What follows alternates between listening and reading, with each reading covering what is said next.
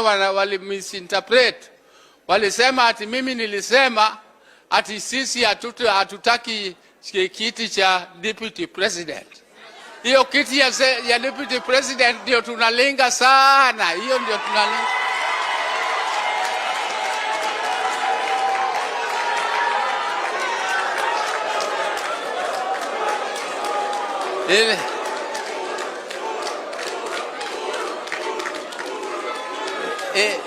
Ile kitu ambaye mimi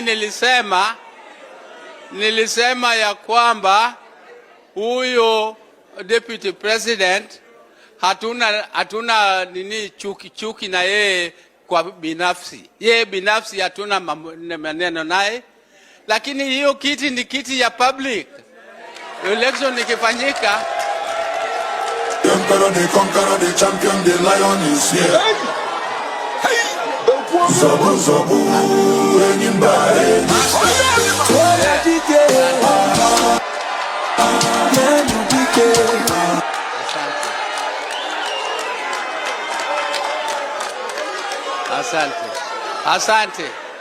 Asante. Sasa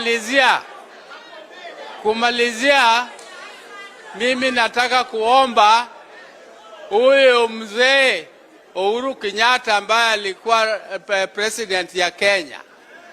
Yeye alikuwa na ndugu yetu, na yeye hakutupatia hata kiti moja ya ministers.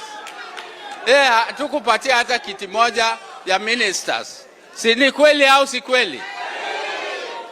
Alafu alikuwa anatundanganya ati atatupatia upresidency.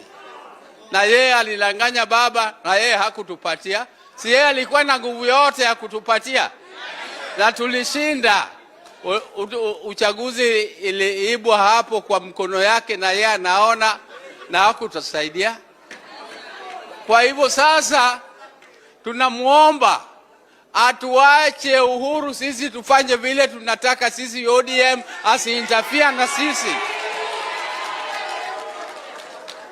awache kuinterfere na chama chetu, awache kuinterfere na members wetu, awache kuingilia mambo ya Azimio. Mambo ya Azimio ilikuwa ni ODM, na hiyo ODM tulitoka wakati tulianza hii broad based arrangement na Ruto. Tulitoka na hiyo Azimio ilikufa wakati huo.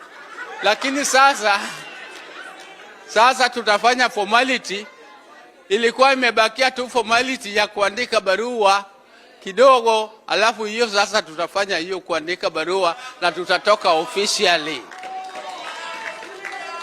Hiyo Azimio ikufe kabisa na izikwe milele na milele, ilale. Izikwe milele na milele. Kwa hivyo ninaomba Uhuru Kenyatta atuache sisi tuendelee na mambo yetu.